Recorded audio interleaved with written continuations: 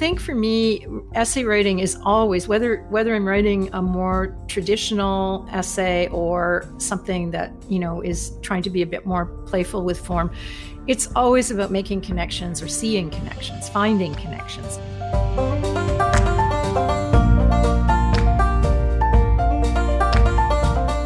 Welcome to The Book I Had to Write. This is the podcast where I talk to authors about their most compelling stories and why these journeys matter to anyone who wants to publish.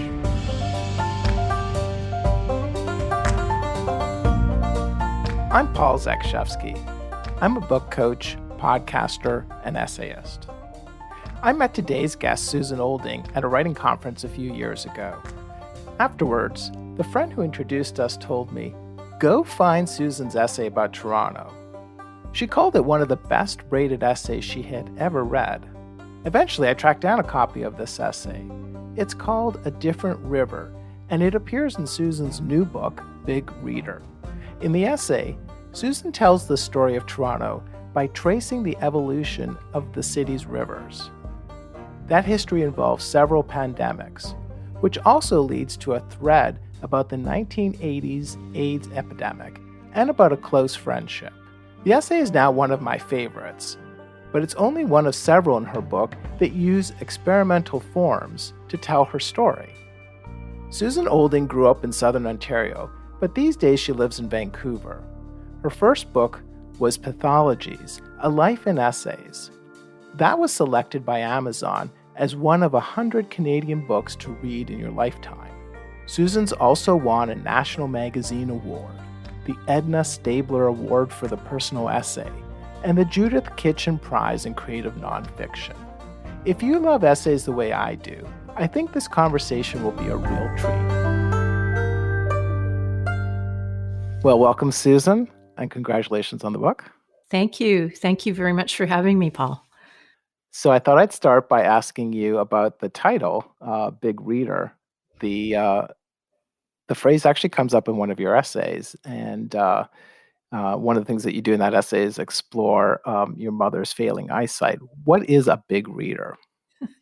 Well, I'm not even sure if the thing still exists. The essay, I began the essay quite a while ago.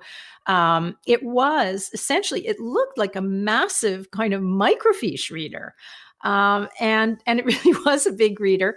And it was so heavy, as I point out in the essay, that it couldn't stand on any kind of lightweight table. It really needed to be placed on a hefty desk.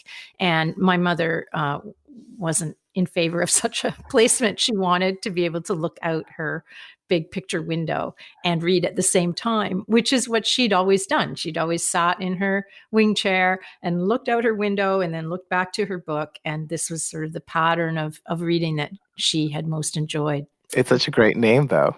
Yeah, I know. It was a great name. You have this great story here in one of the essays. It's this funny and resonant story about a time when you're in grade 3 and you're viewing something on the board and you start writing something about an alien. Can you tell that story? Yeah, sure. So my as I say in the book, my third grade teacher was kind of a sourpuss, but one day she actually asked us to do something creative, and that involved writing anything we wanted about these pictures that she put up on the blackboard. And my seat was at the back of the room.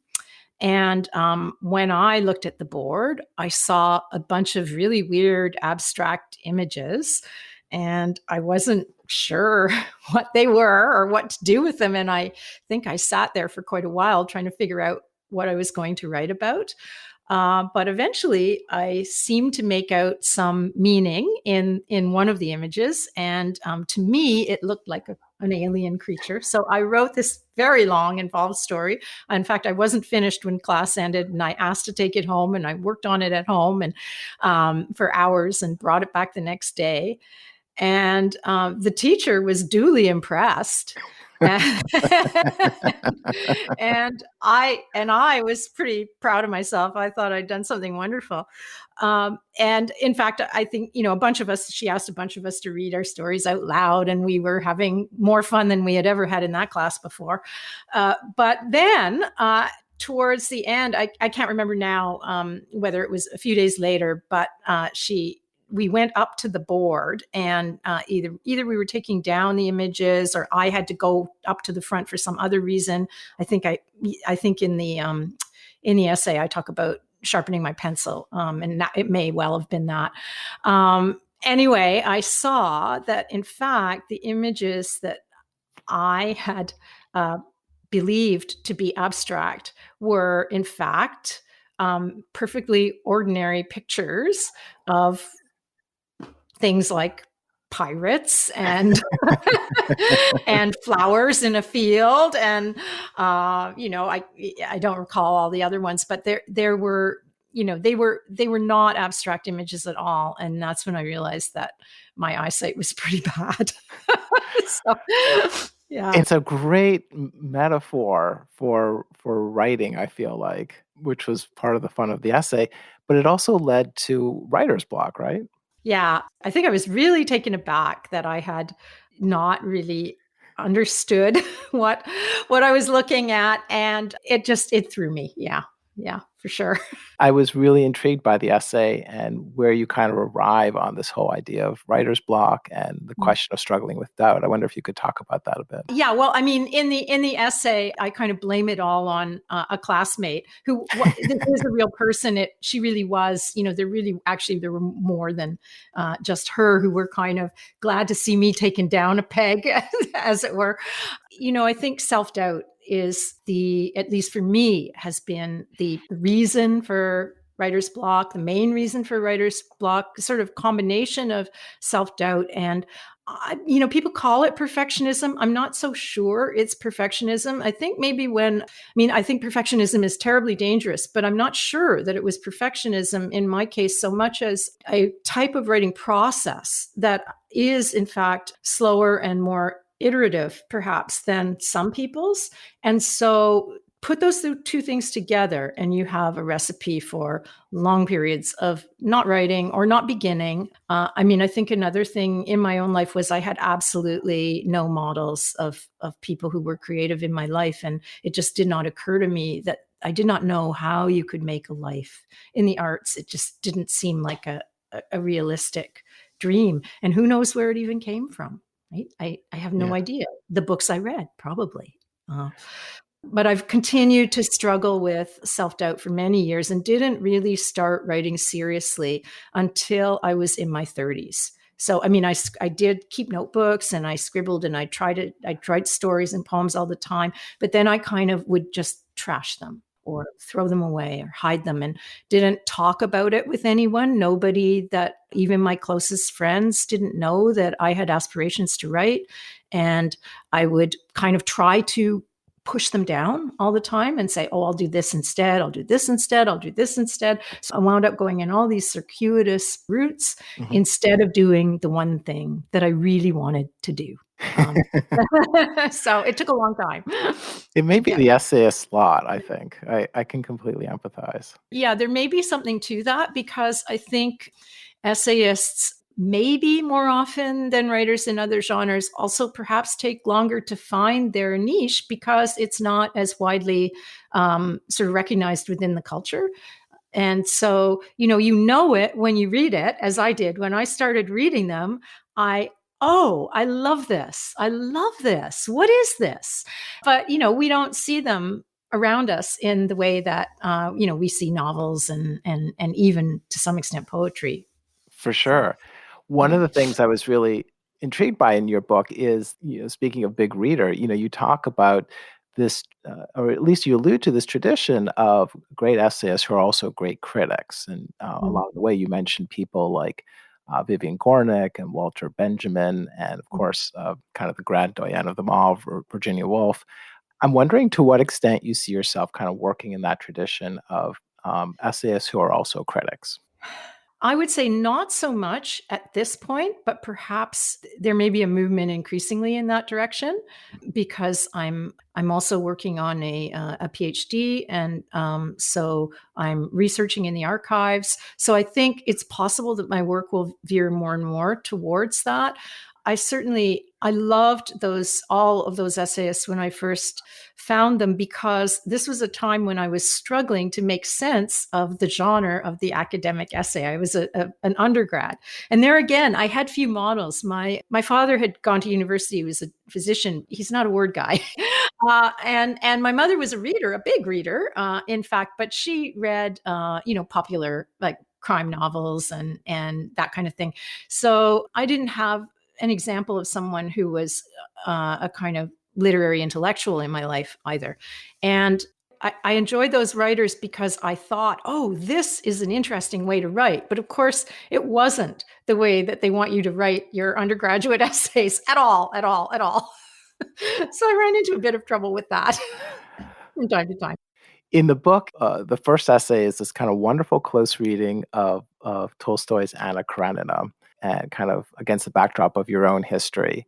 And I'm wondering if you could talk a bit about how that essay came together, and maybe how your view of that book has shifted over the years. Yeah, I'm trying to remember the process of composing that. I think I began simply with memories of that class, which were very strong for me, and they kept coming up again and again over the years. And I would write a little, a couple of paragraphs about it, and then put it down and come back to it and put it down.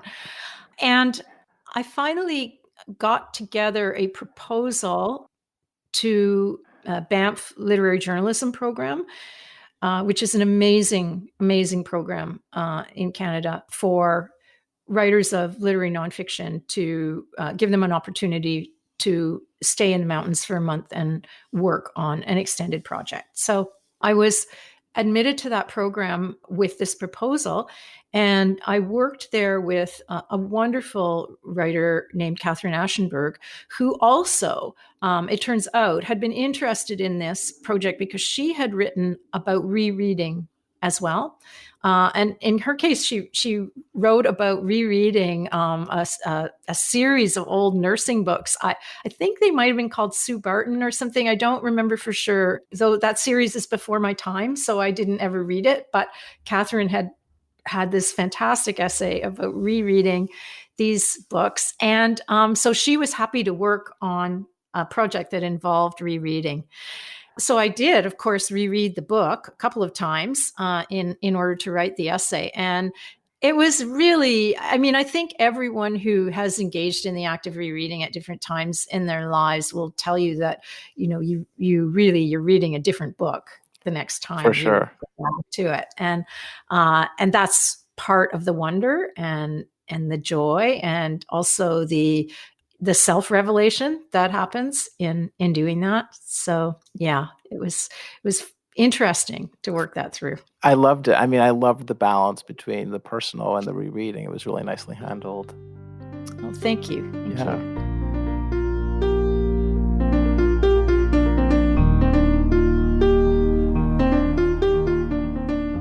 You do read, my husband Mark insists. He's lying in bed with his iPad propped against his knees. The iPad is his new appendage.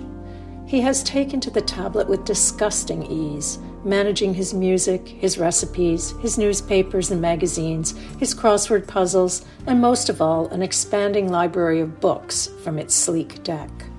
Mark's right, of course. I read. In fact, in a typical day, I do little else. It's just that, like him, like most of us these days, I read far more often from a glowing screen than from a printed page. And I read news articles, columns, student papers, other work-related material, or academic papers. Rarely books. It doesn't feel the same.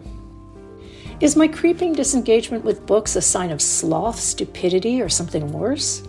No, I tell myself, it's not my fault. It's just an unfortunate side effect of middle age. Severely myopic since childhood, these days I struggle equally with print at close range. My glasses are heavy. They hurt my head. And my progressive contacts serve only to soften my vision at every distance. I have to buy a pair of drugstore readers to compensate. Except they don't.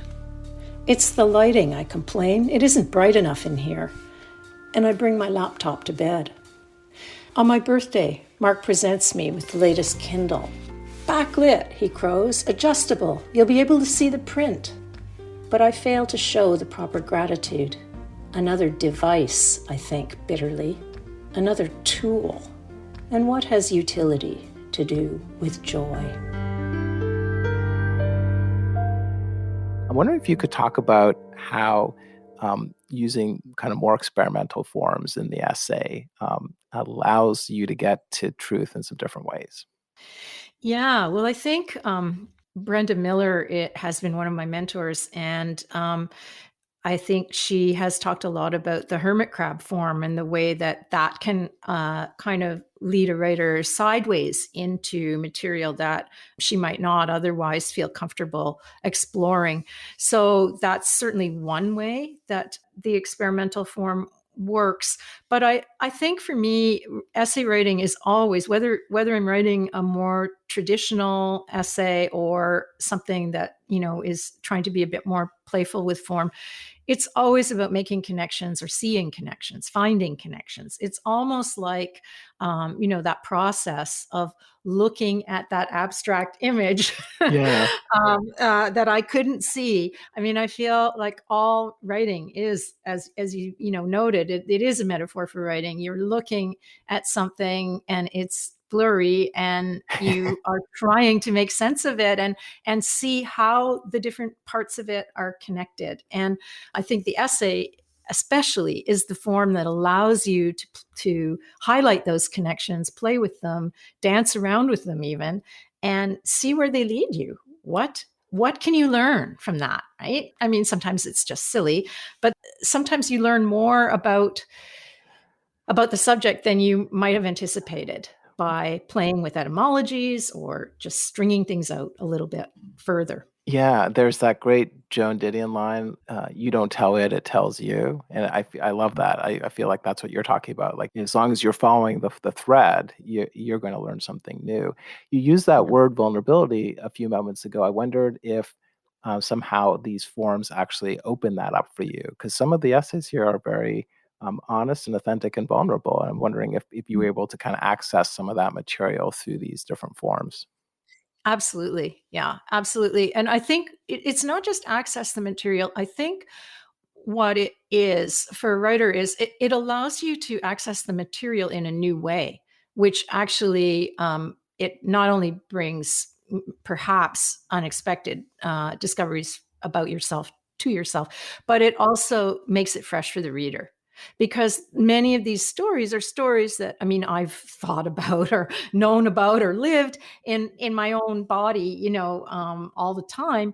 But how to get that across in a way that makes it feel vulnerable and fresh to the reader. And I think going sideways, backwards, inside out is sometimes the way to do that. That's so great. You're giving me ideas. Speaking of braided essays, there's this amazing essay in here called "A Different River." One of the things I loved about it is it's about so many different things. It's Mm. a kind of a love letter to the city of Toronto. It's a history of Toronto as told through the history of its rivers. It's about your own kind of college years during the early '80s, about a pair of gay men that you were close to. It's also the story about the AIDS crisis in that city. I'm wondering if you could talk a bit about that essay and how writing about the Toronto's rivers kind of opened up the story for you. Mm. So that essay had its genesis in a comment by a writer named Frances Backhouse on a Canadian Facebook group for creative nonfiction writers. And she said something like, she was teaching at the time, and she said something like, where are the essays about Canadian cities like Richard Rodriguez's Late Victorians and or Joan Didion's Goodbye to All That. And it just planted a seed. I mean, I thought, yeah, where indeed? Where are those essays? They don't exist. And so I thought about this for a while and thought about it and thought about it. And the essay just kind of began. And, I mean, I had lived in Toronto a long time. I knew it as a city of ravines. And I reread Rodriguez and thought about San Francisco and its landscape and contrasted that to Toronto and just started writing. Started writing first with the memories of the city at the time, and I couldn't write about my personal memories without bringing the history of the place, the culture of the city, and the acute situation of the AIDS crisis into that essay, because that was what it was to live there then. And so, so it all came, it all sort of came together. And I worried, well, is it going to work? You never know. But I figured that for this, the structure of the braid, really, I wasn't thinking of it as a braid, but more as a set of tributaries all flowing together, would work best for this type of piece. And I hope it did. I hope it came together. I really, really would have loved to, and would still love to, create a version of the piece that is like digitally mapped onto the rivers. There is a project called Lost Rivers in Toronto, a digital project, but it's sort of a very basic level one. But you can go to the website and look at where the rivers were on just a sort of simple map. Well, I would like to do a version of that and sort of put the stories in where they belong with the rivers. So someday, maybe. I could totally see that. I could see that essay working really well for it. I loved the essay. It was fantastic. I wondered, I think this is informed a bit by something I was reading recently, in which the writer was talking about the pressure that she was feeling to turn her essay collection into a memoir of essays, and so kind of full length. And I'm wondering if, especially with an essay like this that could easily have been a book, if you ever feel that pressure to turn essays into books, or if it's clear to you that you are an essay writer, that's your genre. Well, actually, I write in other genres too. Mm-hmm. So I write and publish poetry, and I write and publish fiction as well. So I don't consider myself only an essayist. I consider the essay, I guess it's home, right? It's the place I go when when I can't write something else. That's sort of where I always return and always will return.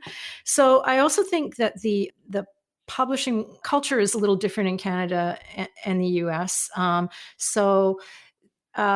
I published my first book, which is a book of essays, in 2008, there was a little bit of pressure not to make it a memoir. There was no pressure to make it a memoir because the editor loved it as essays, and that's how she wanted it. She happened to love the essay form, so lucky me. But for marketing purposes, they wanted to kind of memoirize it a little, and that made sense too, in that the pieces were really.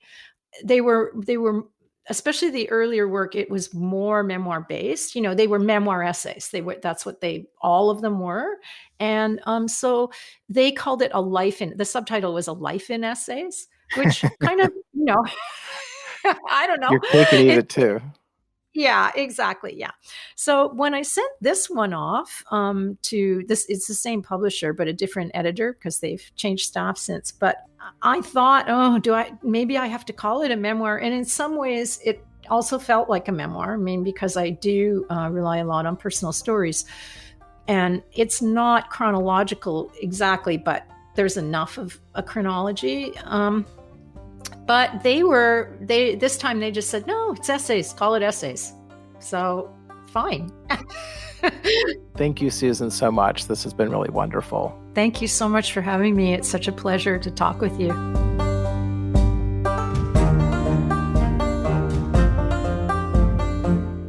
You've been listening to my interview with essayist Susan Olding. I'm Paul Zakrzewski. If you enjoyed the show, then I hope you'll subscribe to it. I'm always grateful for reviews and for sharing the show with friends. To read a full transcript of this and every episode, sign up at thebookihadtowrite.com/subscribe. And if you're working on your own book you have to write, or you want to get started, maybe I can help. I love supporting experienced authors with expert advice and focused coaching. I help writers craft book drafts, agent pitches, book proposals, and more. Find out more about me and my coaching at thebookihadtowrite.com/coaching. That's thebookihadtowrite.com/coaching. And thanks again for listening.